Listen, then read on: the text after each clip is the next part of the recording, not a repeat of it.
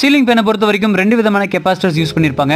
ஒன்னு square capacitor, இன்னொன்னு round capacitor. இந்த வீடியோல ஸ்கொயர் கெபாசிட்டர் பத்தி பார்க்க போறோம். இந்த கெபாசிட்டர் எப்படி சீலிங் ஃபேனோட கனெக்ட் பண்றது அப்படிங்கறதை பார்த்தறலாம். சோ இந்த கெபாசிட்டர் கனெக்ட் பண்றதுக்கு டிசைன் பண்ணிருக்க இந்த கனெக்டர்ல டாப்ல ஒரு ஸ்க்ரூ, பாட்டம்ல ஒரு ஸ்க்ரூ இருக்கும். அந்த ரெண்டு ஸ்க்ரூவையும் லூஸ் பண்ணிட்டு கெபாசிட்டர்ல இருக்கக்கூடிய அந்த ரெண்டு ரிலேடியும் உள்ள விட்டு டைட் பண்ணிடலாம். இப்போ இந்த கனெக்டர் செட்டப் அப்படியே ஃபேன் ஷாஃப்ட்ல வச்சு ஸ்க்ரூ பண்ணிடலாம். பண்ணதுக்கு அப்புறம் பாத்தீங்கன்னா இந்த மாதிரி ஃபேனுக்கு உள்ள இருந்து நமக்கு 4 வயர் வெளியே வந்திருக்கும். சோ இந்த 4 வயர்ல பாத்தீங்கன்னா ரெண்டு ரெட், ரெண்டு பிளாக் வந்திருக்கு. சோ அதுல ரெட்டையும் பிளாக்கையும் வந்து காமன் பண்ணிக்கிறேன். அதாவது ரெண்டையும் நான் முறுக்கும் போது அது காமன் ஆகிடுது. அது வேற ஒண்ணும் இல்ல, running coil and starting coil தான். இப்போ நம்ம மிச்சம் இருக்க அந்த ரன்னிங் காயில், ஸ்டார்டிங் காயில்ல ஒரு லீட நம்ம மேல டாப்ல ஒரு ஸ்க்ரூ, கீழே பாட்டம்ல ஒரு ஸ்க்ரூல அப்படியே கொடுக்க போறோம். இந்த மாதிரி ரெண்டு வயரும் கொடுக்கும்போது ஆட்டோமேட்டிக்கா நமக்கு வந்து கெபாசிட்டரோட சீரிஸ் ஆயிடும், கனெக்ட் ஆகிடும். இப்போ கனெக்ஷன் முடிஞ்சிச்சு. சப்ளை கொடுத்து செக் பண்ணி பார்த்துடலாம். சப்போஸ் உங்களுக்கு ரொட்டேஷன் ரிவர்ஸ்ல இருந்துச்சு அப்படின்னா கீழே இருக்க ரெட்டையும் மேல இருக்க பிளாக்கையும் மட்டும் இடமாற்றினா போதுமானது. சோ இங்க நான் மேல பேஸையும் கீழே வந்து நியூட்ரலையும் கொடுக்குறேன். இப்போ நம்ம ரன் பண்ணி பார்க்கலாம். சோ கரெக்டா ரன் ஆகுது. இன்ஃபர்மேஷன் பிடிச்சிருந்தா லைக் பண்ணி ஷேர் பண்ணுங்க. தேங்க்யூ.